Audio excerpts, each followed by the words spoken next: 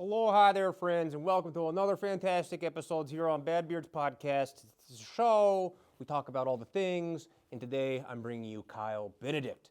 What a great chat I had with him. He's a fantastic driver. He's a fantastic architect. He's got loads of story and even more life experience.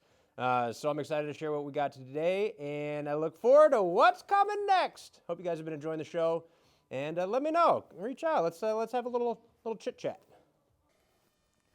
But I got this place. We moved in post haste, and everything was like shit. It's just old and it's falling apart, and they don't want to do anything because with Amazon right there and equally the area, it's going to be commercial. And so they'll after we FO, they will scrape-o this.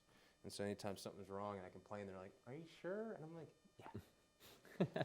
I don't think they expected to get me as a tenant moving in, but whatever. Yeah, well, when I looked it up, I was like, this is a random place for a house. And then you could see, like, the gas station isn't even on the satellite view yet. It's on Street View, but it's not on satellite. It was, like, cleared, so that's obviously fairly new. The Amazon thing is fairly new. And even, like, directly across from your house, I don't know if you ever looked at the Street View, but it was something. It was a church school. Was it a church? I was going to guess a church because it just looked like that, but I was like, that's a big-ass thing that they took down. Like, that didn't, normally they wipe out old shit. You know, that looked like fairly new, fairly substantial, and I did a deep dive. I wanted to buy this place because the way I operate, I'm north, south, east, west. I'm at all the studios, and I'm traveling, whatever. So being able to get right on 85 right and then 285 is right there, is great. Coming from Reynoldstown, my lady's like, "Nah, dude, like, I can't walk anywhere. I don't have my cute gym. I feel like unsafe everywhere I go." People, there's a bus stop out there, and so there's a fair amount of foot traffic where you're like, "Where the fuck are you going?" If she's outside, they'll come walking up where I'm like, when is that ever acceptable? Especially out here. Yeah, what are they doing? So she's pretty over it. What's she do for work? She's an artist. She's a painter. Nice. So, you are here. You have landed. Kyle Benedict. That's it. Welcome to the show. This Thank is episode 14, and I'm happy to have you here. Glad to be here. But the timing and tempo of how the show works is basically just like how we've been talking. I know very little about you. Same. And so it'll just be a conversation to learn about each other, and that's generally how it goes. To be specific, I came across your page. Did I tell you how? No. So you know Nash, Auto House Social, great guy. Met him when I moved into the city. He had shared one of your pages, one of your stories from you out doing what you do in the dirt, and and I saw it and I was like, oh, sick. And living next to Pat at the time, Patrick Shea, with his, I was like, hey man, check this out. He goes, oh, I know that guy. And then he was like, oh, you know what? He's actually handicapped. He's got a full hand control setup in there because you were doing some solid work. And I was like, oh, shit, that'd be perfect to have on my show. And so I sent you the DM. But watching, kind of going through all that stuff, I find it obviously fascinating. I love playing in the dirt and all things considered, but the auto element is where I'm lacking so far. Has that been like a long-term thing? You've been always into it? That's a great question. No, I hadn't always been into it. I got into cars fairly late in the game compared to probably a lot of people in the car community, I would say. And it was more of like a money thing really than anything. You know, it's like when you're young, you're like, oh, I want that car in that magazine, but you don't think they're attainable maybe. I mean, I guess it probably depends on how you're brought up too. But, are you mechanically inclined? Is that something you can look at? No, not really. Yeah, okay. And that's probably part of it too. You know, my dad could probably fix anything, whereas I'm like, I'll take it to Auto House Social. You know, I'm not that kind of guy, and I'm okay with that. Like, I feel like some people think that you're less of a man if you can't fix stuff or something, but it's like, I'm perfectly glad to give it to someone that can do it way better than me. You know, but yeah, so growing up. Or once I, finally got a job and could afford things. What was the job? Architecture. Okay. Architect, that's what I do. You went to school for that? Yeah, I went to SCAD. Oh. I'm old, so I went to the Savannah one. Okay. Right when I was graduating, they were opening the one here in Atlanta. But yeah, so you finally get enough money and you're like, oh, I'll buy a nice car. And of course I bought a BMW because that seemed like the most attainable As sporty architects car. do. Yeah. And then I got into the whole autocrossing world and like track days and that sort of stuff. And it was kind of like Goldilocks and the Three Bears, you know, you taste all the porridge, and I kind of went around. And What year is this that you're this would probably be 2011 or 12, okay. a little bit after the crisis, when we started to get money again. Yeah, so I was doing some of the autocross events, and that was fine. It just wasn't doing it for me. It wasn't as fun. People were like taking it way too seriously and stuff. And then the shop I used to go to, Technica Motorsports over in West Midtown, they were like, why don't you check out, before I got to them, I had read about rallycross, and on the old Jalopnik website, if you remember that. No. Well, I say if you remember it because like it's still around, but it's just a sad shell of itself. Okay. It was the whole like part of the whole Gizmodo Okay. empire. Yep. So and you know they've all fell apart. So but that was like my go-to car news website and stuff. Well, at this point, then you're tinkering on your daily driver. Yeah, I had, it was like I went from a 328 to a 335, and that was just, back then you only had one car because that's what I could afford. Yeah. So it did everything. So I would take it did a track day with it. Of course, it broke on the track day, as BMWs do. It overheated naturally, and again the autocross, that was fun, but not really my thing. And then I read about this rallycross thing that I didn't know anything about. I was like, And rallycross is done like with the SCCA, like autocross is. And I was like, okay, it's like autocross, but in dirt. It's got to be more fun, automatically. And draws a different crowd. Exactly. Yeah. Much different crowd, as I found out. Less of a crowd, but that's also a good thing too. Yeah. So yeah, I proposed this to my shop, and I was like, I need to get a rally car. Like that's when you probably could rally cross it, but you probably don't want to. Yeah. And they're like, and I'm kind of like a go against the grain kind of guy. Okay. Like everyone rally is a Subaru, right? And I was like, I don't want to do that. So my shop suggested, and I'd been pretty well into German cars at that point. Got bit by the bug, you know, and they're like, why don't you buy an old either Porsche 924 or a old BMW like E36. I said, okay, sure, why not? What the hell do I know? Yeah. And I did a little research, and there had been cars built as rally cars on both of those platforms, and I ended up finding like a super cheap E36 up in New York, like in New York City, that coincidentally had used to live here in Georgia. Okay. And I was like, this seems like the one. And it's funny when you buy a car like that, and it's so funny looking back too, especially right now, because prices of everything are so inflated, you know?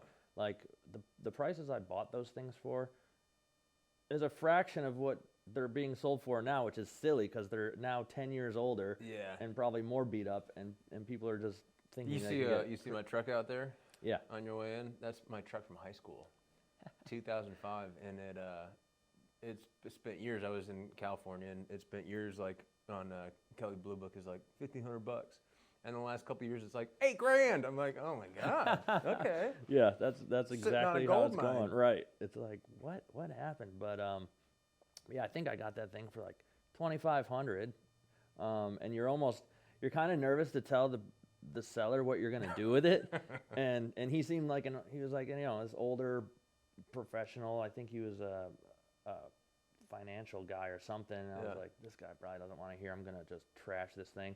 But when he kind of put me on the spot, he's like, can I ask what you're gonna do with it? Because like he kind of knew that he had looked me up on Instagram and knew I had another vehicle.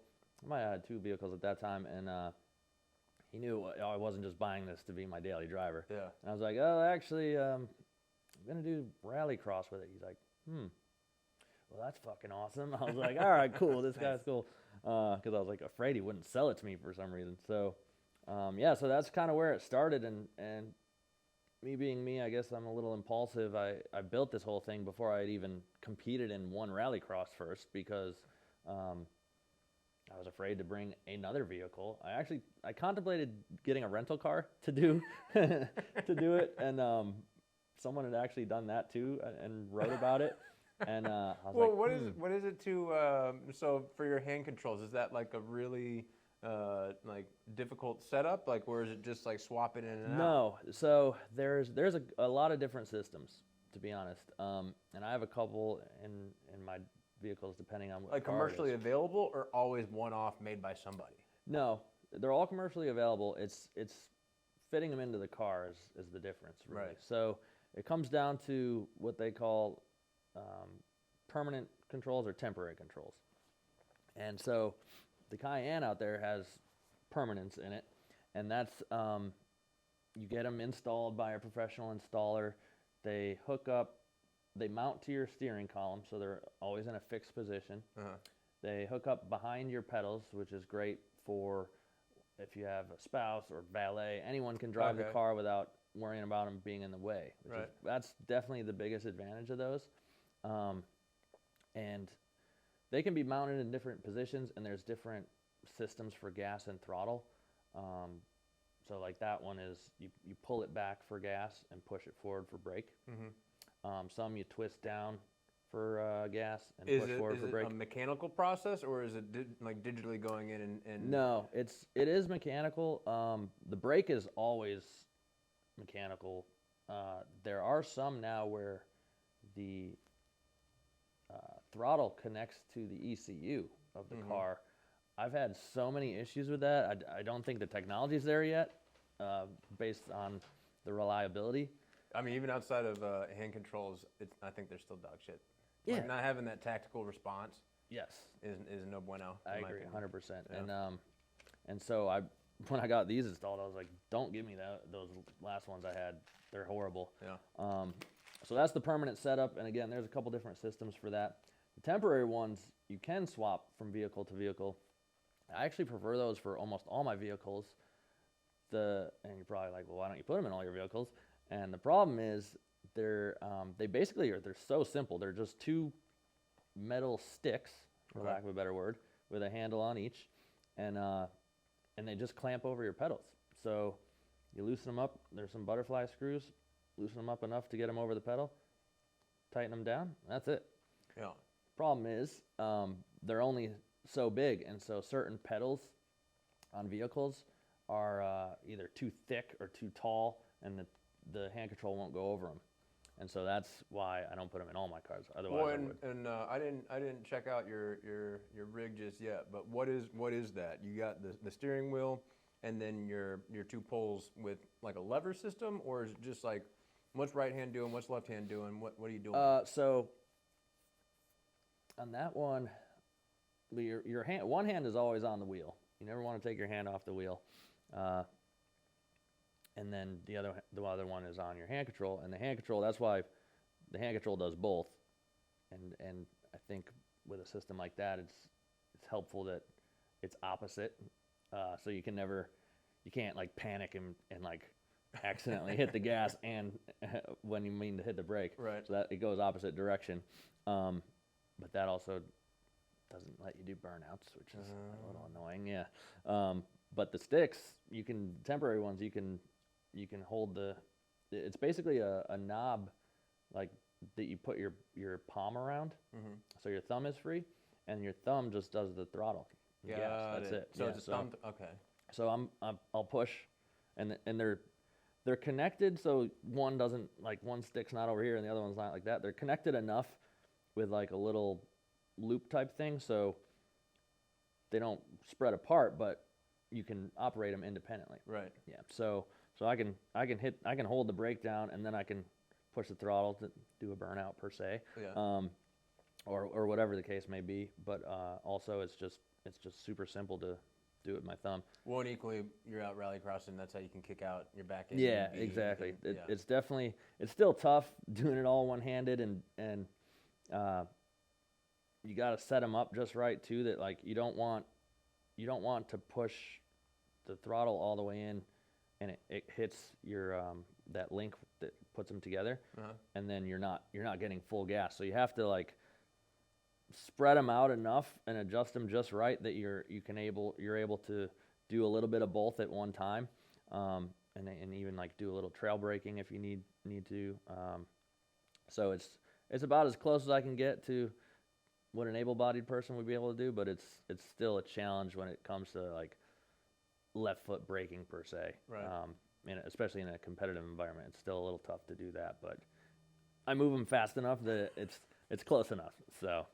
Nice. Yeah. Well, so on your page, it says, what was it, impaired since '99 or driving impaired since '99? Yes. So that was when, was this an accident? Like, Yeah. what brought on your experience? Yeah, today? that was, well, you said high school 05. Is that when you graduated? So, no, I was 06. I graduated 06. Oh, okay. So you're a little younger than me. I graduated, wait, that was high school you graduated? Yeah, why? Oh, so you're way younger than me. I'll take I was it. doing bad math. That's when I graduated. Are you sure you graduated high school? Maybe you didn't even. College in 05. Yeah, high school. Class of 2000, baby. Okay.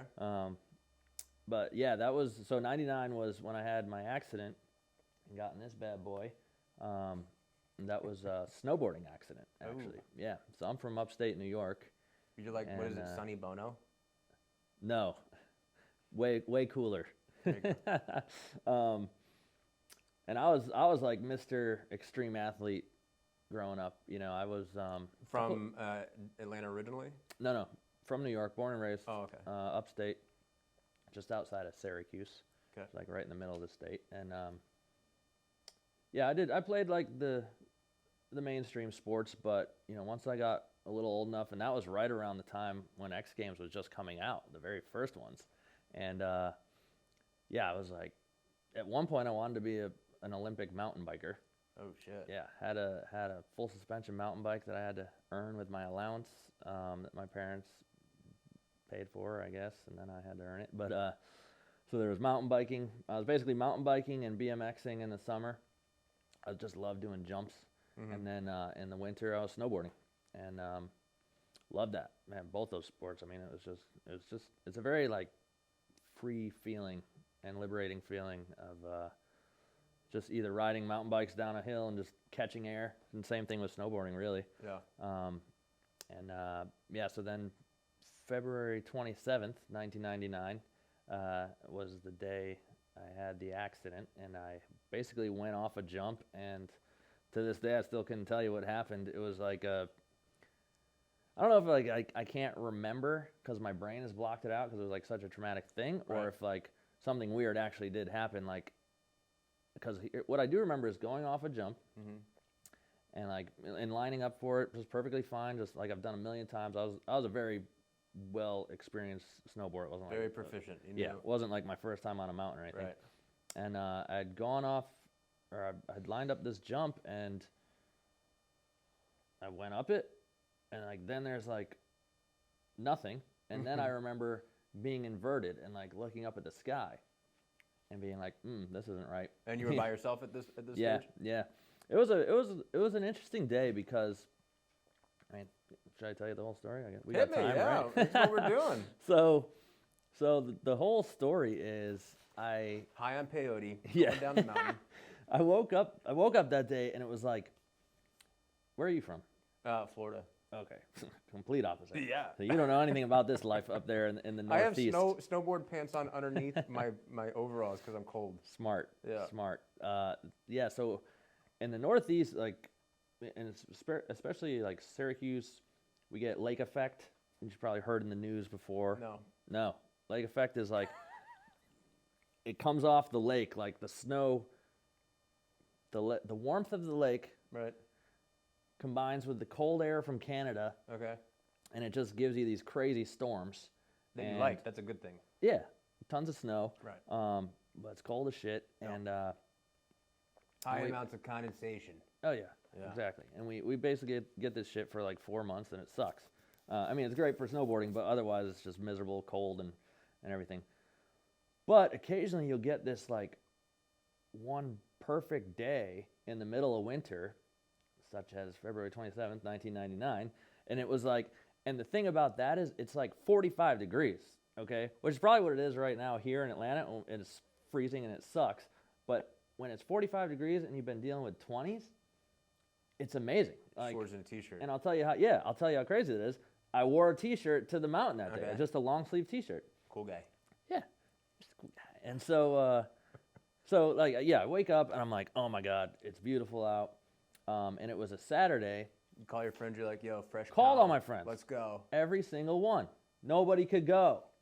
And part of it was the very next day, we, in our outdoor club at high school, we had a big snowboarding trip planned to go to this other mountain. And so no one wanted to go to our regular mountain, and we'd been season pass holders forever. So I was like, I can't miss this day. It's too fucking nice. And so, I wasn't even driving at that point. I was 15. I told my mom, like, Mom, you gotta bring me to the mountain. Get all my shit on, get in the car, and she drives me. It's about a 20-minute drive from our house. Mom doesn't say, oh, son, you don't want your jacket? Nah, she probably did, actually.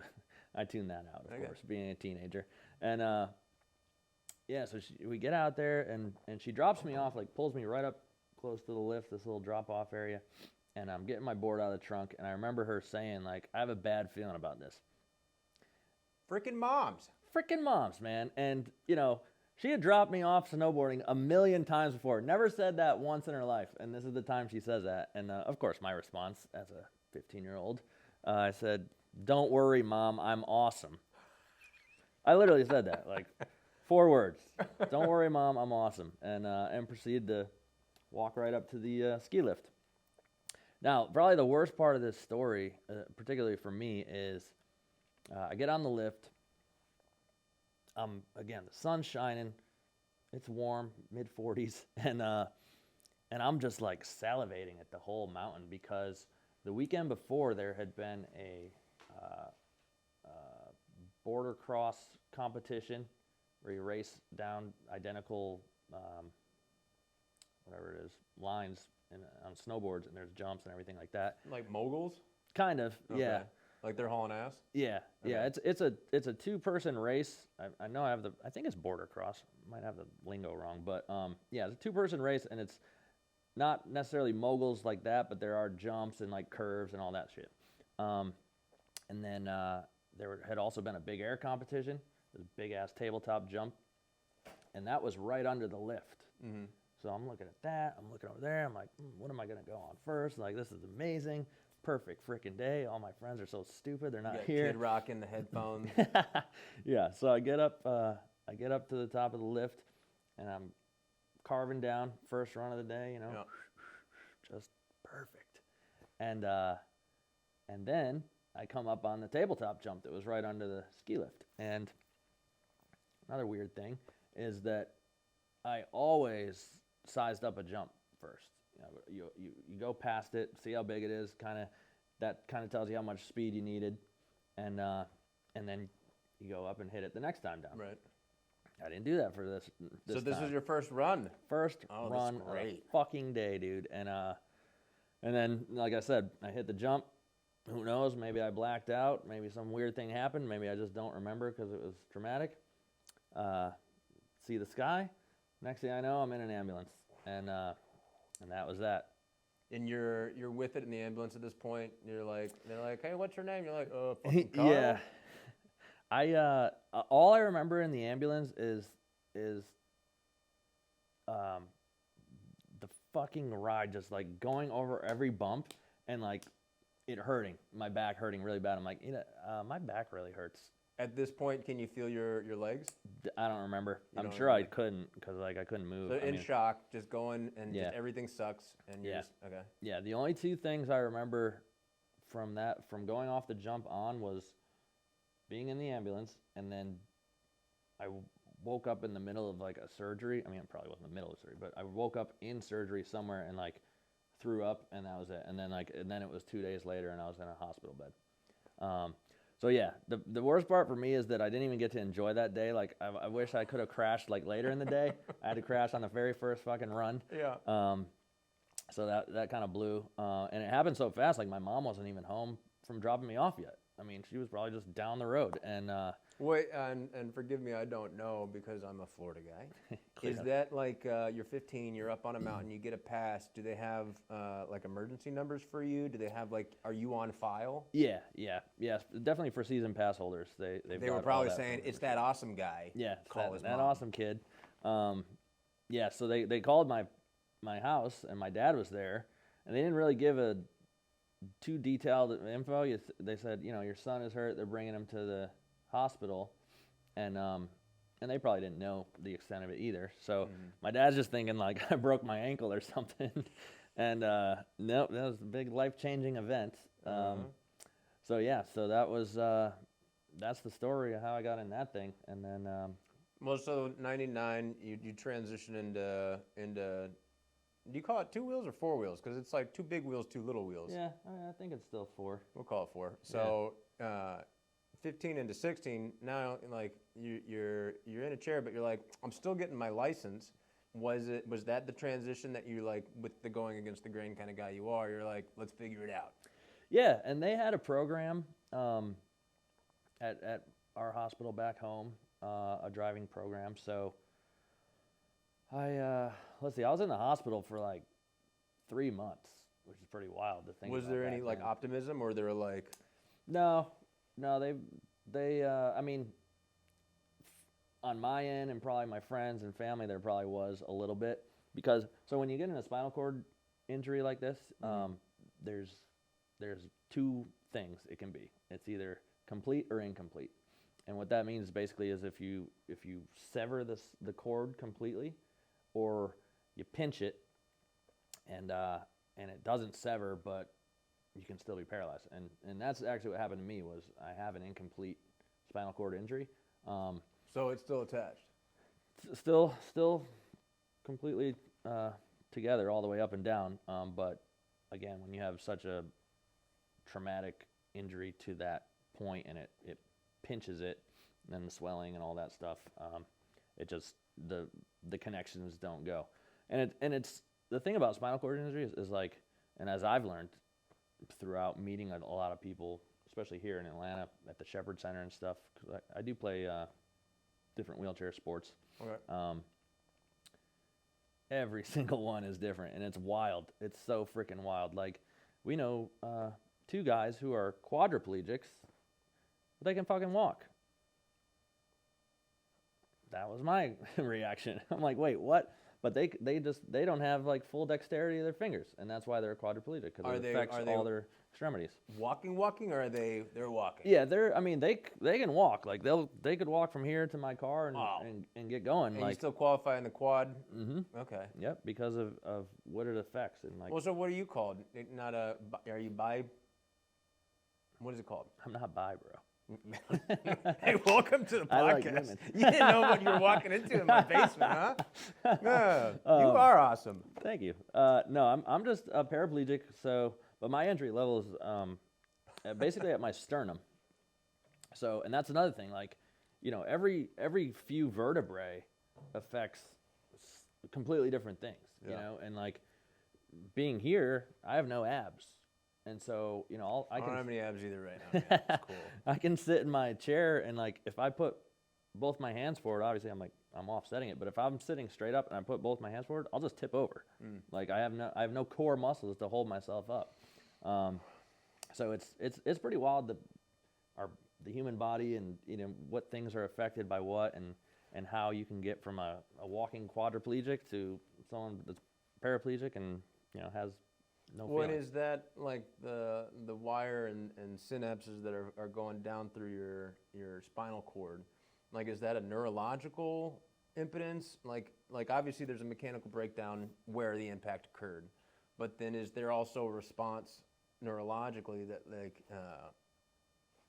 it's like switches, like light switches are just switched off?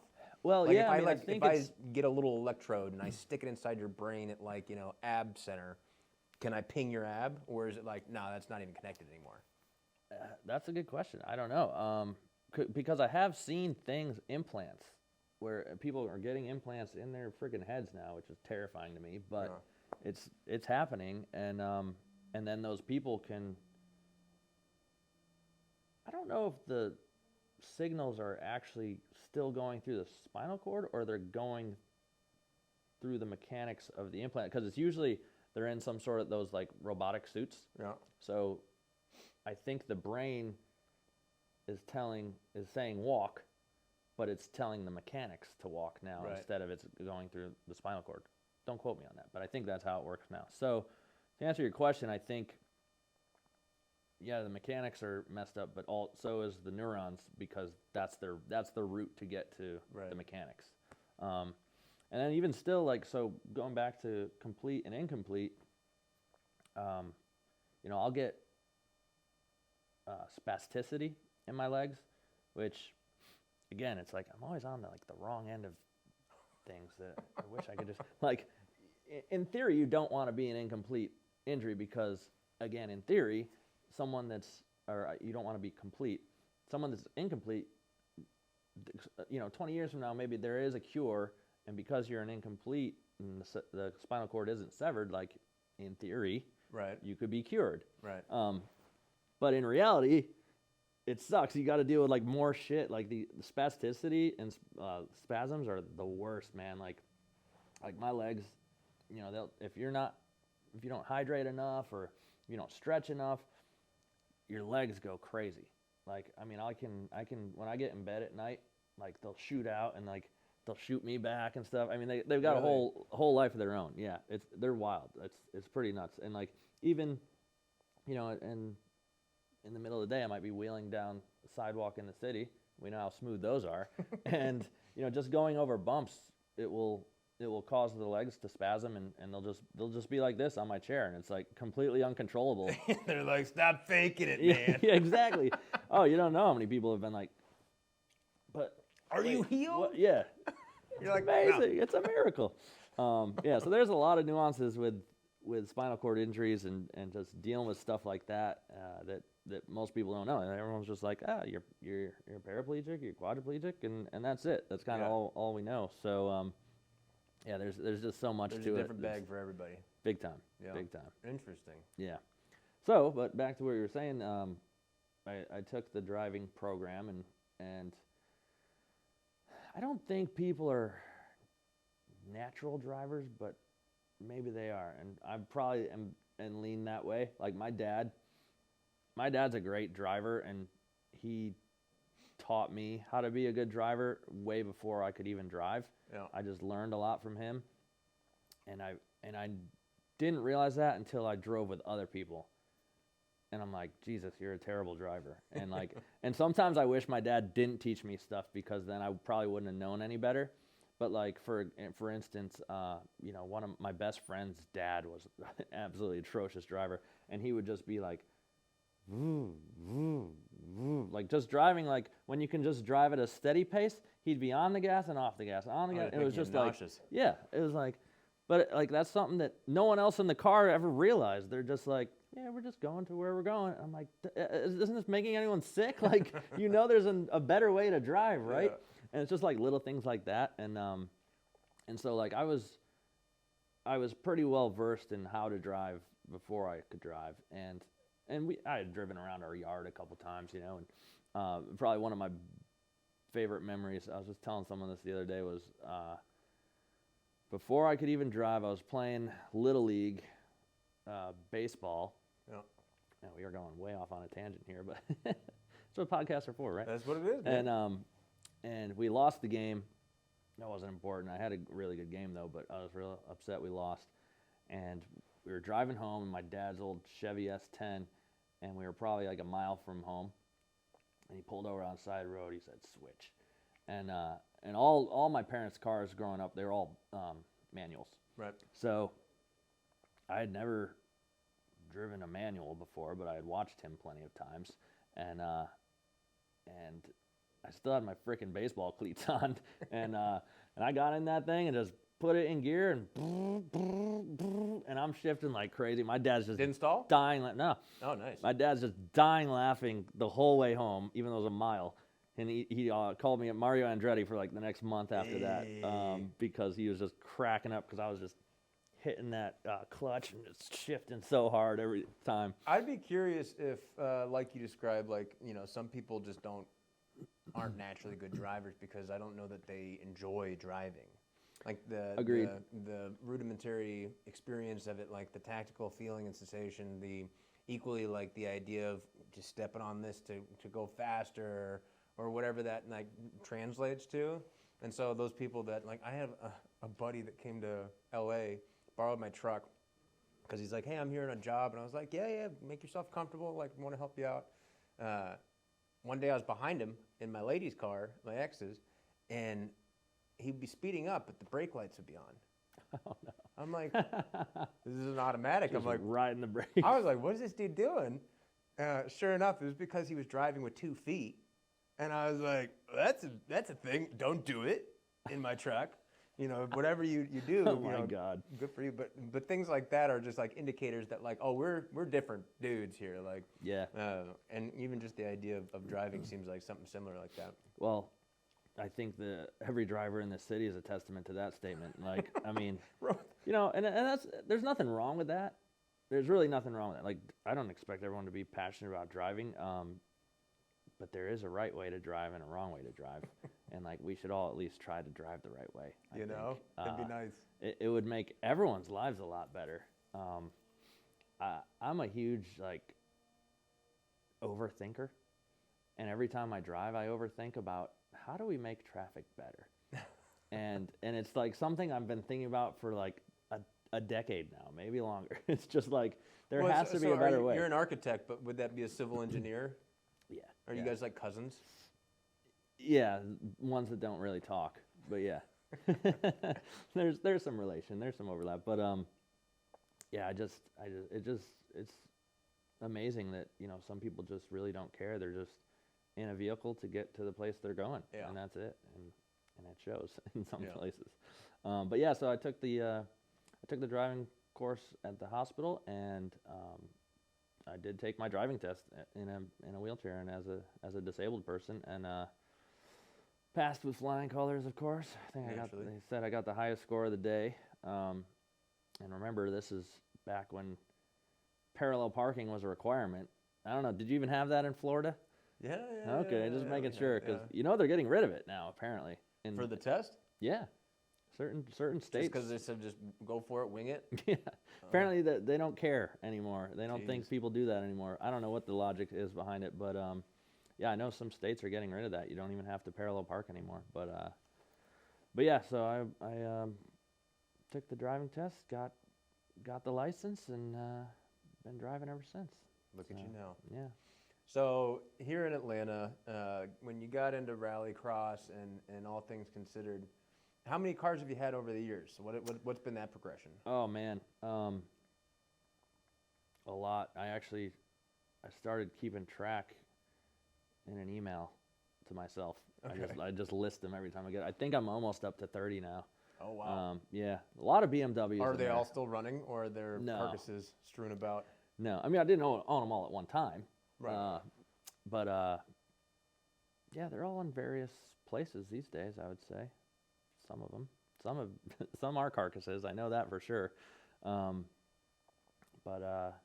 yeah, I think it was a slow progression up until I got to that BMW world. You know, that's what really changed things. It's a funny world, like especially like car forums. Yeah. You know, once you get into the forum world, then you're screwed. You're hooked, man. Like. Well, and how much is this? So you're competing? You're a hobbyist? You're like, what is the general entry, and then where do you fit in that mix? Yeah. So I would say back then or now? Now. Oh, now? Now I'm fully invested in. So the 911 rally car that is being built by Auto House. That the goal of that is to be a full-on stage rally car. So rallycross, and this is annoying that there's not more, we haven't come up with more words for this sport, because there's two rallycrosses in this world. There's the rallycross I described earlier, which is a SCCA sport usually, and it's What's CCA? Sports Car Club of America, Okay. SCCA, and that's like autocross on dirt. It's between a 45-second to a 2-minute run, and you're in dirt and on a little course going around cones and stuff, and it's very, very grassroots, very amateur, and that's what it's all about, just having fun at a very low cost of entry. Again, in theory, you could bring your daily driver. Some of these places you shouldn't bring your daily driver, but in theory you could. Oh, hold on 1 second. I got one camera battery down. Uh-oh. I've got everything powered except one camera, so I got Battery down. Be mindful. Oh, and an SD card full, double whammy. Jeez. All right, we're gonna take a little 5 here. Take 5, folks. Take 5. Oh. Da, da, da, da, da. So, welcome to the Bad Beard Podcast. This is how it goes. I like to think that when you do this or when you start it, people that think they know what's going on tell you, like, well, what's your niche? Who's your, what's the demographic you're going for? Like, what are you going to talk about Yeah. specifically? And I'm like, I want to talk to everybody. And they're like, nah, you got to pick. And I'm like, I don't want to pick. And they're like, it's not a thing. I'm like, so bringing guys like you, especially considering I don't even know you, Yeah. it lends a lot of opportunity for what we could talk about. We're just going to format this one. I just started following you. I didn't realize I wasn't following you. Rude. I know. Sorry about that. I Funny used because to- it shows you how often you actually go to someone's profile. Like once we started conversing on the thing, I just assumed we were following each other because I don't ever go to anyone's profile. Yeah. Like who goes to profiles anymore? Well, and it's funny. just I like to used see to reels. use social media, like being a media guy. Like I'm creating art by my comparison, my standards of like photo, video. Like if I'm shooting a rallycross, that's what I'd be posting. Yeah. But then social media changed, and the algorithms changed, and so it became way less advantageous to use it as such. Yeah. And so now it's just a fucking shit show. Yeah, dude, me and Nash are just always commiserating about everything wrong with Instagram and followers and views and Yeah. everything. It's just like you have to already be established to either get any traction. It's just like kind of the rich get richer, you know? Uh-huh. It's Well, and very there's just frustrating. like any number of metrics that like I don't even, you could try to figure it out, but then they change it and you have no idea, Yeah. and then you're back at the beginning. Yeah. Like, what am I doing? You can't keep moving the goalpost. They can and they do, but it's just like so frustrating from just an average person user. Well, you know what? You're not an average person. Oh, thanks, man. All right, here we go. We got one good. Now we got two good. What part of Florida, by the way? I am from Southwest Florida, Fort Southwest. Myers, Oh, okay. Cape Coral, Sanibel. It's all the same. All right. Nice. So when I go home now, I go to Sanibel Island. I've heard good things about that. Fuck yeah, dude. Like Yeah. Meg, my lady, she's looking at the weather leaving today. Ugh. It's, 75 and sunny. I'm like, oh, that's cool. Well, I was just down there this weekend. Where we at? We were in Fort Laud and then went to Miami for the day. All right, we're back in. What were we talking about? Back on. Shoot. Oh, hobby. The ultimate So you were goal. talking about the SSCA. Oh, SCCA. Yeah. Oh, rallycross, grassroots, SCCA. Then the other rallycross is what is on TV, and Travis Pastrana and all these famous racers do, and that's bumper to bumper racing. Rubbin's Racing. That's it. And I think it's 6 cars at a time, 6 or 8 cars at a time, and they go around a specific course that's definitely dirt, and then sometimes they go on to like a tarmac track and stuff. So that's your two types of rallycross, and then stage rally is also Travis Pastrana's in that world. Brandon Semenuk, he's the champion right now, and that's what Ken Block used to do. And stage rally is the super fast rally cars going through the woods on trails and stuff like that. So that's with like your co-pilot, like exactly. You have a co-driver. The stage rally comes from the fact that there's a bunch of different stages. It's usually sometimes a 2-day event, sometimes a 1-day event, sometimes a 3-day event, and there's X amount of stages per day, and your co-driver navigates you through those stages, and at the end of the weekend, whoever did them the fastest is the winner. So that's something I've always. It's the natural progression from rallycross, and it's always been on my thing. Like rallycross is cool, but like at the end of the day, it's really just autocross in the dirt, and it's like saying autocross is comparing autocross to a track day. There's no comparison. Like autocross is in a parking lot going around cones, and a track day you're on a major professional track, right. like Road Atlanta or AMP here. So that's kind of the comparison of rallycross to stage rally. They're not, you wouldn't get the same fix, and that's what I'm looking for, is that. So you're getting this car built, and you're gonna go for the Travis Pastrana type race. You're gonna. Yes. Is that you need a pro card for that? Like what's entry into that? Yeah, you do need a license, but it's a pay license. You don't need you don't need to qualify for anything, but you do have to get your car log booked. So you have to get the vehicle caged. Then you have to go through all the safety regulations that are required for those events. It's pretty extensive. So that's kind of where we're at now. Like the car is pretty much set up with all things except the cage. Mm-hmm. And the reason for that is once the cage goes in, like I'm fully committed. I won't be able to get my chair in anymore. So because when I put my chair in my car, take it apart as you saw, the wheels go in the back and the chair goes in the passenger seat. And usually I recline my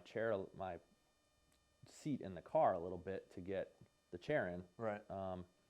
With that though, once the cage goes in, I'll have a fixed seat as well. You have to have fixed seats for rally, because if you're in a crash, and the seat can't move. So I've been holding off on that due to those reasons, so I can just take the car out on the weekend. Because it'll just be then a dedicated race car. 100%. Yeah. 100%. So that's where we're at. It's going to need a cage, the seat, and then the next task is getting smaller wheels on. We need to get down to a 15-inch wheel, because that's pretty much where all the gravel rally tire sizes are. It's pretty much one size, 15-inch. So it's a little weird putting a smaller wheel on a modern car. And so the smallest wheels you could put on that generation of 911 was 17-inch. So that means we have to put a whole new brake setup on there and brake calipers that will fit inside the 15-inch wheel. So yeah, that's kind of where things stand now, and it's really a matter of funding, frankly. It's like you just burn through money on race cars. Sure. Not a cheap hobby. And assuming you get everything dialed, the cage goes in, you got yourself a race car. Is that something you foresee yourself doing well at? Where do you think you're going to fit in the mix, or is it a bit of a climb?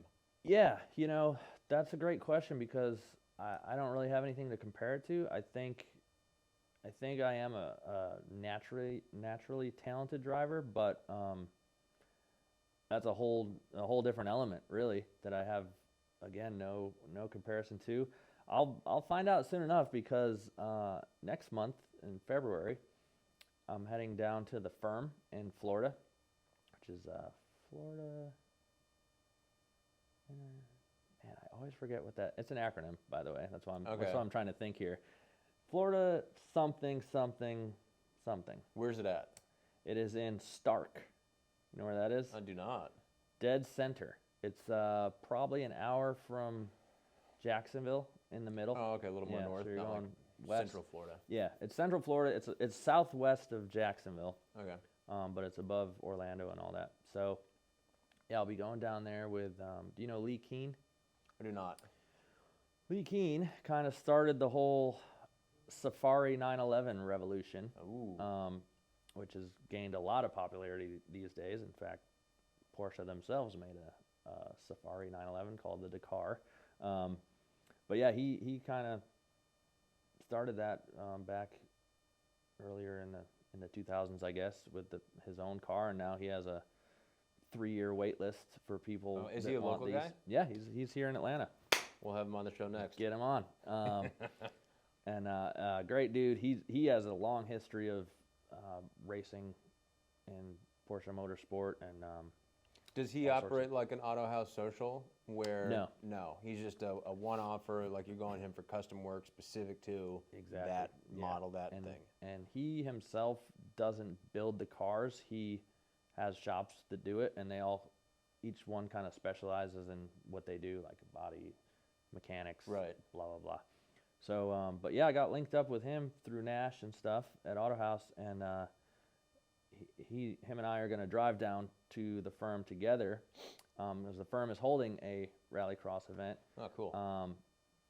And let me just throw another word in there that it doesn't actually exist anymore, and they don't even call it this. But a long time ago in the SECA, so SECA is a huge umbrella of all sorts of little motorsport events. You know, autocross, track days, solo events, whatever.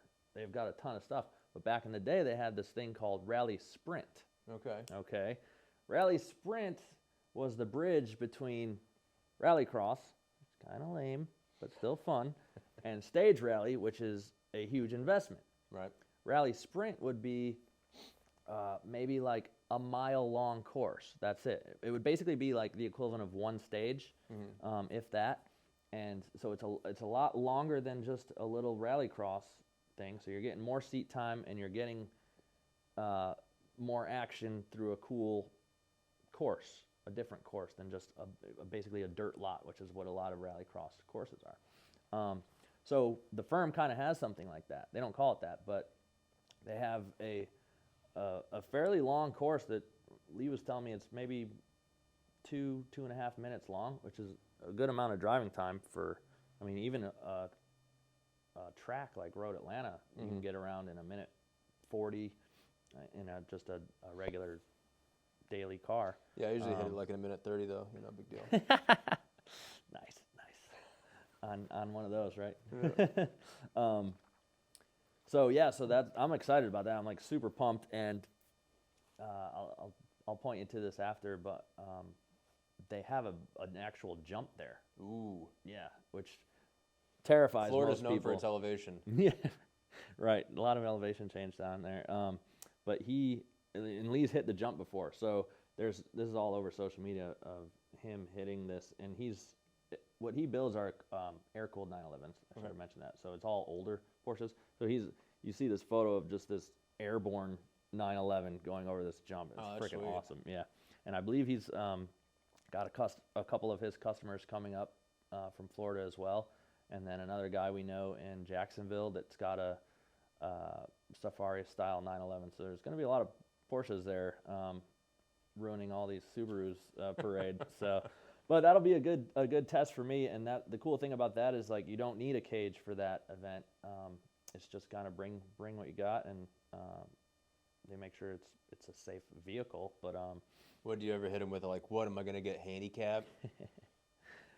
God forbid. No. So yeah, it should be exciting. But I'm confident that I won't be last in these events. Okay. I probably won't be first. That's the weird thing, and that's kind of the big gripe right now in those stage rally events. Which there's two major governing bodies here in America. There's NASA, which is also an acronym, and then the ARA, which is American Rally Association. NASA being not NASA, but NASA. Yeah. Oh, okay. I think it's North American something. Got it. That's what I'm going with. Somebody can fill us in. Really should have looked up all my acronyms before I came to this podcast no. today. But they do. NASA is more on the regional side, and ARA is more on the national side, and that's the big one that Travis Pastrana is in. Ken Block was competing in, and the champion Brandon Semenuk. So those three guys are basically factory sponsored, right? And that's the big gripe. Like, they just blow everyone away. But then beyond them, it's kind of a fairly even pool of competitors. So I think it's like those dudes competing against themselves, and then basically, everybody else. yeah, and everyone kind of knows it, and so you kind of roll your eyes. But in a way, it's also good for the sport because it brings eyes to the sport. Like, having major people like that be a part of that really helps grow the sport and get more funding, and then it eventually, it's a snowball effect. So, and those guys are all really cool. And the nice thing about rally, I think, is that, like, in most automotive competitive motorsport world, it's kind of cutthroat, you know. Whereas rally, for some reason, it's a different mentality. Like, I think because there's so much that can happen and go wrong, and you're out in the woods somewhere, and, like, your wheel falls off. Like, right. People, they're trying to win, but they're gonna help you out, and if you get back to service, in between stages when something happened and, like, you need a part, like, another group will help you out with that part, which you probably won't see in most other competitive motorsports on track and stuff like that. So you'd say it's still at such a grassroots level that people are more excited for the race to go on rather than somebody to win. Yeah, and it's the rise with the tides kind of of mentality. maybe not even that, but it's like they don't want to see someone not win because of something like that. Like, got it. Okay. Like something fell off the car. We've got that part. We'd rather beat you at you still competing rather than beat you because you disqualified. Right. So it's still competitive, but it's like let's not let anyone get screwed here. Makes sense. Yeah. So that's hopefully what I can experience. And the goal is there's a couple close stage rallies here in the Southeast. Southeast kind of sucks for rally in general. But there's one big one in South Carolina every year called the Sandblast Rally. Whoa. And then another one up in Tennessee towards the end of the year, which I'd love to be able to get to that one at the end of this year. So I'll probably do just a couple regional events to start out. I mean, again, motorsports is just the most expensive hobby you can pick. I don't know why I did this, but here I am. And it's one thing to build the car, which is expensive in itself, and then to go to races, it's like it's a few grand every single race. You've got all your consumables, and then just traveling in general costs money. You got to stay somewhere. You got to typically, like, you have a co-driver, and you have a team that helps out with the vehicle in between services and stuff. However big or small that is, kind of depends on you, but those people usually volunteer, and you as the race car driver help you put them up, right? Because they're volunteering their time for you. So again, that's just more expenses and stuff. What's the runway? Assuming you go that route, that you go from your privateer model into a well-funded sponsored team. What is that traditional? Well, that's a great question because it doesn't really exist. Right. Almost everyone's funding themselves in some capacity. No one's getting a full ride from anybody except those top three guys. Because the competition isn't there yet. Yeah, I would say the problem really is, like, why would anyone sponsor something to get views on their company, right? And that's where the disconnect is. That doesn't exist yet here in America anyway, which is hilarious because I kind of compare it to soccer in general terms, because in Europe, soccer is insane. Same with rally in Europe. It's freaking nuts over there. Like, these rallies that happen, you have people just lined up through the woods, like thousands upon thousands of people. It's the greatest thing ever. And then over here, you know, you get maybe a couple hundred at a good event. In most events, it's not even that much. Well, and then these courses and these tracks and these races you're going to, is this public land? Is this someone's private spot that they've been cutting in and building? It's a little of both. Yeah. It's usually public land somehow because it's usually a lot of roads. It's Right. dirt roads. So those get shut down and but sometimes it gets onto private property too, of course, with the owner's permission. So that's the big challenge really is getting eyeballs on this sport and getting it more well known to Americans. And I think one of the big challenges with that I hopefully we're starting to see a turn is it's hard to film. Really, you know, Yeah. I mean, like, how do you get a camera in the woods and not see more than 2 seconds of a car just going by and then it's gone, you know? Whereas like anything on a track, you can set up cameras throughout the track and then they're going. But a stage rally, the stages are constantly moving, and that would just be a whole production. But I think where that's kind of changing is drones. So we have the ability for drones to follow cars at least for a little bit longer than just one camera clip going and then is done. Right. So I think that, like, you know, imagine you got 5 drone operators that can fly that drone for half a mile each way before, I don't know what the range of drones are, but I think the ones that are, you wear the goggles. The FPVs. Yeah, I don't think that's super far. Maybe it is.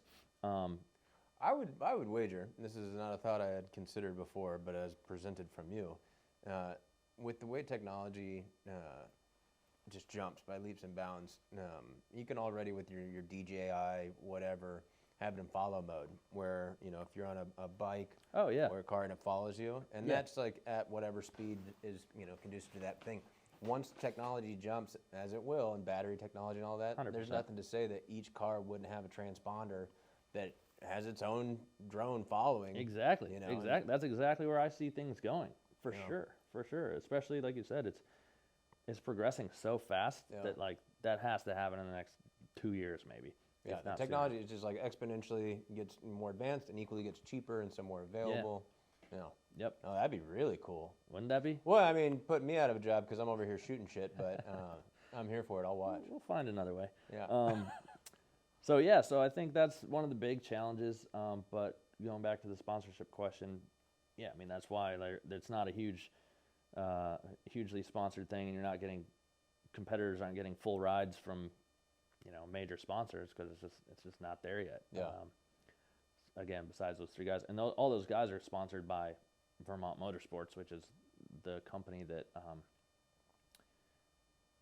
I don't know what their exact relation to Subaru is, but they're basically Subaru's American rally specific builder, and that's it. So that's pretty much all they do, and so they basically have the factory support without Subaru saying they have the factory support. So, but yeah, beyond those guys, then everyone's like, you know, you're getting sponsored by, you know, your local pizza place or something that throws you a few $100 maybe. So we really that need would be a move, just to have like a pizza on your rims with their logo. some pizza pie. Yeah. Yeah. So we really need Nash at Auto House to step up and throw some money into this pot for us. But yeah, so it's always a challenge to get there, but that's the plan. Do you imagine, so like these top 3 dudes, you know, your Pastranas, are they individuals that are in it looking for the competition, or they're just like, this is an exhibition for them at this point? They're like, you know, this is fun. I just want to go fuck around and find out a little bit. Or there's their desire to be like, let's make this a thing. It's really funny because for a time, a lot of the X Game athletes were athletes of different sports, all kind of migrated to rally, and rallycross, the other rallycross I was talking about, and I thought it was weird too. Like it was, like for instance, Dave Mira. Mm-hmm. Do you know him? Yep. Rest in peace. He did it. I mean, that guy was world champion BMX street competitor forever, and he transitioned to rally and competed in the X Games. Bucky Lasek did it, world champion skateboarder. And then for a few years, Bucky was one of the drivers for the Vermont Motorsport team and competed in stage rally. Then, of course, the most famous, Travis Pastrana and Ken Block. And Travis, of course, is just world-class stunt guy and everything. I mean, there's nothing that guy can't drive. And but before that, you know, a lot of people maybe don't even know because he's been around so long, but he started in motocross and just destroyed that world for everybody, just being on a completely different level than everyone else by many levels. Do you remember the year he won in San Francisco and then just jumped into the San Francisco Bay? Yeah. You cannot find that anywhere, which is crazy. The clip or the bike? The clip. Yeah. Probably the bike too. That's just got barnacles on it in the bay. But which I find fascinating because there has to be tons of footage of that, especially because it was on ESPN. I can see it in my head. Yeah, it's like scrubbed from the internet, which is Wow. absurd in this day and age that something could be scrubbed like that, especially something kind of innocuous. But I guess I don't know, maybe the environment. I don't know, but yeah, it's a little side thing there. But It's funny, and this is a total tangent and this is what we do. relevant to nothing. The idea of assuming it was a pollution type thing, like we don't want to be known for throwing bikes in the water. San Diego's flooded right now. And so the amount of bikes underwater equally to cars, it's like if you're crying about one bike in the water, now there's how many? Yeah, At some point you're like, I mean, it probably didn't need to be scrubbed from the internet yeah, in it's all cool. of eternity. I see it. Yeah. That's But, how we'll start this podcast. I'll find that clip and that'll be the opener. Dude, that would be amazing. That'd be- I'll give you I gotta props hook if you can people. find that. 'Cause I gotta hook people to sit down for 2 hours. yeah, there you go. Just Travis Pastrana from like 2004 jumping into the bay. Yeah. I'm not even sure where we're going with that. Nash is their paying for desire. oh, okay. Yeah. No, yeah, that. We'll come back to Nash paying for things many times. In Well, this. I would like to talk about Auto House and explain what that is. And, Oh yeah, and yeah. what it's We'll up to. definitely chat about them. Yeah. So I think all those guys are all competitive by nature, for sure. And the common thread there was that they all were kind of the top of their game, and were really looking for a new challenge. I think, and I don't think it was that they didn't feel a challenge from all the other competitors. It was kind of just a challenge to themselves. Like, this is a sport I'm intrigued by. Can I be good at it? And Travis definitely is. Bucky held his own. Dave Mira was okay, and Ken Block was a champion too. So, and Brandon Semenek, which he's a world champion mountain biker.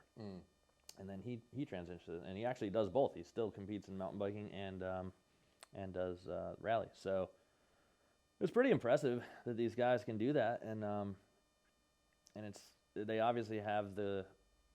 Again, we were just talking about social media earlier, but the rich get richer. It's like those guys have the funding, or they have the support because they're already famous, and that helps those brands that support them, so they can throw more money at them. And then they're going to be even faster. So, well, how much at that level is it that they're getting the funding and the support and the technological advances to the car, versus like, oh, those dudes just have a couple screws loose that, like, if X is the point of no return, they take it to Y just because they might get there faster, and they just run that line a little, do they have that much of an advantage with the money, or they're like, oh, those guys are just different? They do with the money for sure. Okay. I mean, those guys they're on. You heard it here, Travis. Kyle Benedict's coming for you. They have the best possible cars you can build and buy. A Subaru, a brand new Subaru, purpose-built rally car. I mean, they look like a Subaru you see on the street, but they're not. They're completely stripped. They're built to be a purpose-built stage rally car, and you know, that's hundreds of thousands of dollars, but not only just to build it, but the R&D that got you that technology and development to get it to where it is, so it can be the fastest. And you know, 98% of people don't have that luxury. You know, you're either privately funded with a ton of money to throw away at it, which there isn't really anyone, or you're just everyone else who is just, you get an old beat up car and you build it up piece by piece and as a little bit each time you compete, and hope nothing breaks, and do your best. So what is it then to transition into talking Auto House? What does that serve as? So like if you're gonna now, you specifically, have the relationship with a guy like Nash who runs Auto House, that is its own version of an R&D. Like, explain what Auto House is and how it finds relevance in the sport, and like why does it even give a shit? Well, Auto House on the surface is it's a car shop that services European cars, all makes, you know, whether it's Mercedes or Porsche or BMW, and that's, you know, that's half of it because the name is Auto House Social. So the other half is where Nash excels, which is the social aspect, and it's about bringing people together through automotive things, really. You know, not just one specific car brand or cars, just the fact that there's a lot of people that are passionate about automotive things, and whatever it may be. There's me over here that loves rally stuff. There's other guys that love track events. There's F1, you know, every little thing, even bikes, you know, that we love that too. So that's kind of the answer of like why they would care. It's just a part of motorsport that we all love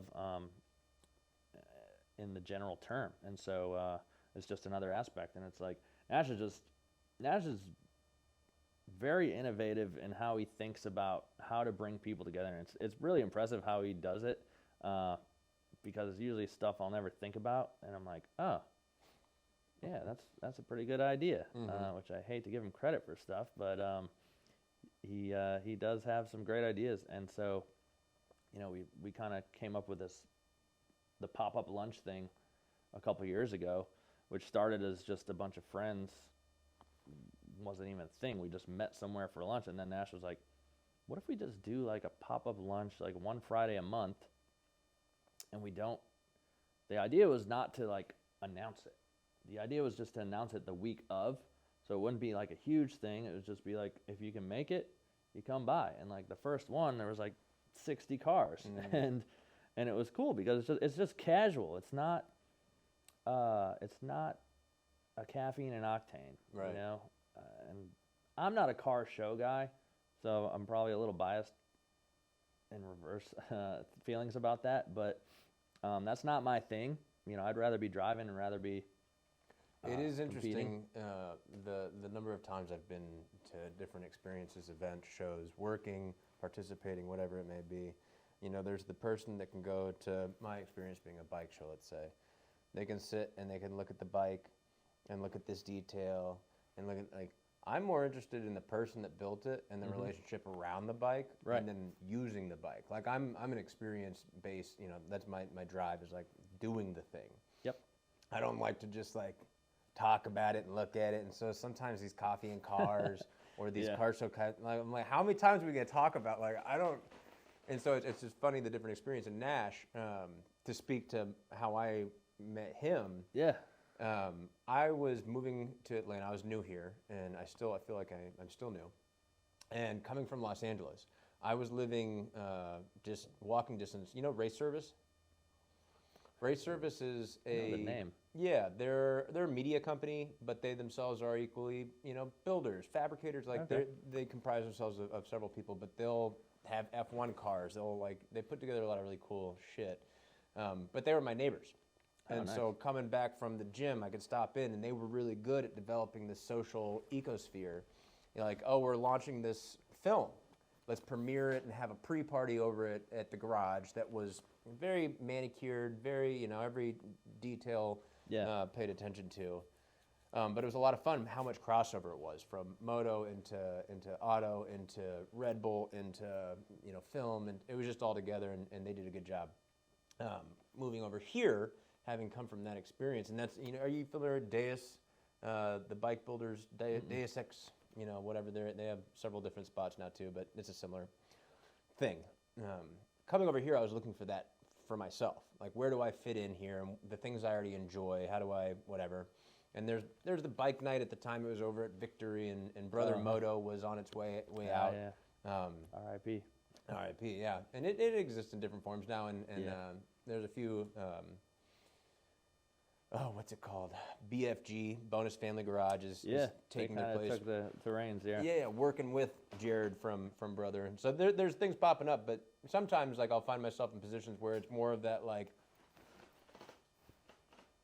what kind of rubber are you running on that thing? I'm like, I don't know, man. I just drive it. But coming across, I was just driving. I was just looping the city, just getting lost intentionally I love that. to find my way.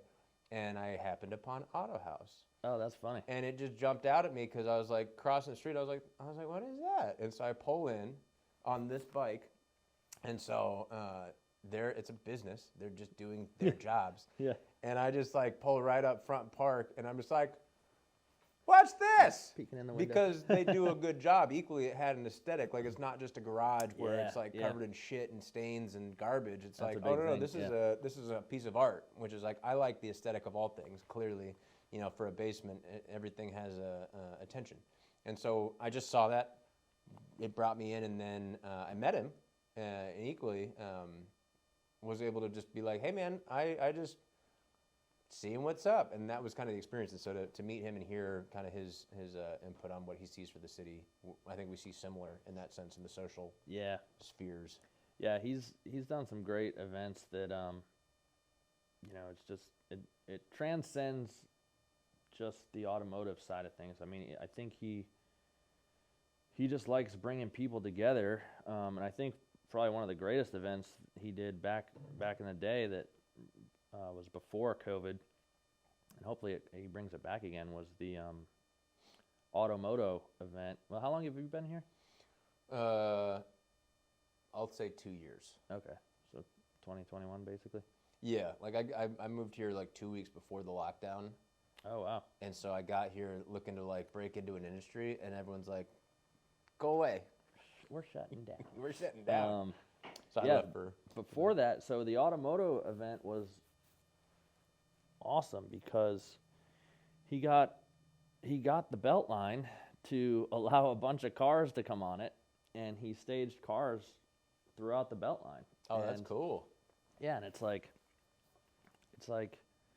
I think there's a lot of preconceived notions of what people think being a car person is or a car enthusiast is, and I think his events help dispel some of those notions, or those preconceived notions. And so, the Beltline has tens of thousands of people on it every day, and now they're seeing like, oh, these are some pretty cool cars. Like, it's not just Dodge Chargers revving up through down Ponce de Leon and at all hours of the night, So the car culture, it's a broad umbrella, and I think his events help kind of promote that it's like, yeah, we like cars, but like we like a lot of other stuff that you like too, and you probably like some things that we like, and you might even like some of this car stuff too. Like, you don't have to be. That's my favorite part about people and different experiences, that you can come together. Like, I saw what you guys were doing with the rallies and in your car, and I was like, I want to talk to him, and knowing that we were going to talk about mostly anything other than, and that's generally where we find the good conversations, because specific to what industry you are, it's like, how often or how long can you have the same conversation about what you're already talking about and doing all day? It's like, what else? Like, you got a personality, or this is it? That's it? That's all you got. This one car. Yeah, and that's kind of my thing about car shows, especially the caffeine and octane one. It's like the same cars are there every month. You know that, right? Like, you're going to see the same. You're getting up at 7 a.m. to go. go see the same car? Well, you only need to go once, and you will see them. You will see every show for the rest of eternity. Oh. It's just Is it a big event? it's massive. Massive. It's massive. It's moved around so many times. The first time I ever went, I brought my dad, and it was way up in Alpharetta. And it's so big, that's really the factor, is they have to find a parking lot big enough. And then it moved to Perimeter Mall for a long time, or a couple years, I would say. Part of the problem is they end up getting kicked out of everywhere because there's the people that just can't resist being assholes and peeling out of there and revving and and it's just I don't see the appeal of that. Like, especially now we have the internet.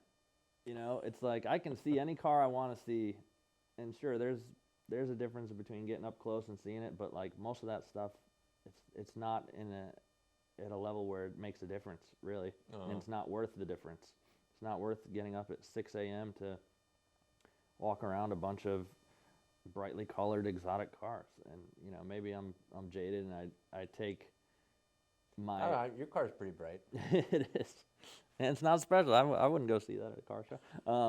It's like, maybe I take things for granted a little bit because I've kind of been in this world for a little while, and so I don't get as excited or shell-shocked about certain vehicles, especially run-of-the-mill exotic cars, which is kind of an oxymoron, but it's like, I've seen a billion Huracans, okay? I don't give a shit. Right. And that's a lot of what that car show is. It's like showing off.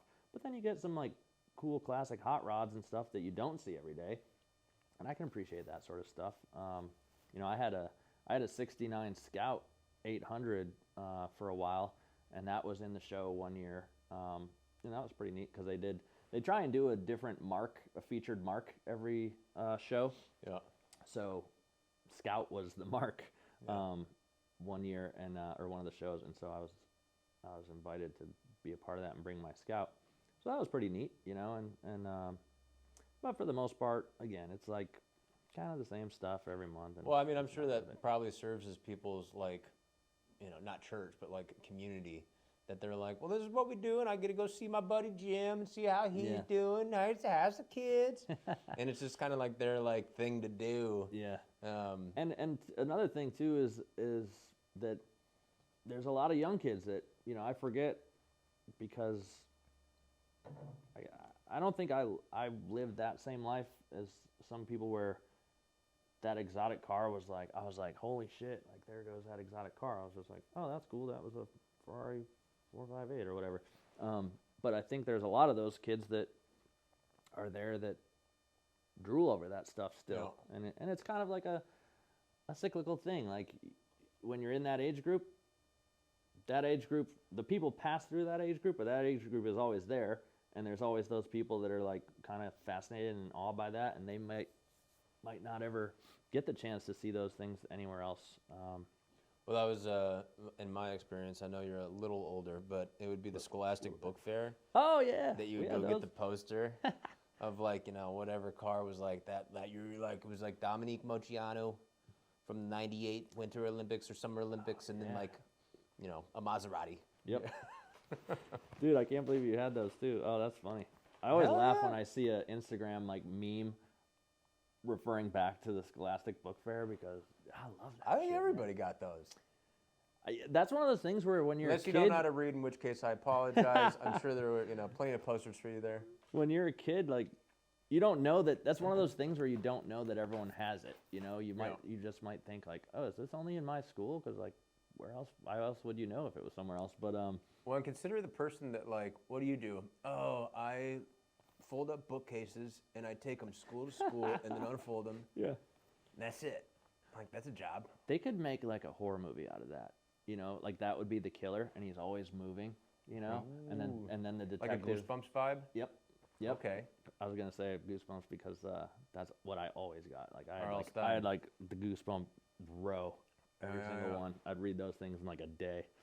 But yeah, the detective, like they finally put it together, like that all the murders happened coincided with the Scholastic Book Fair, each city, and bing.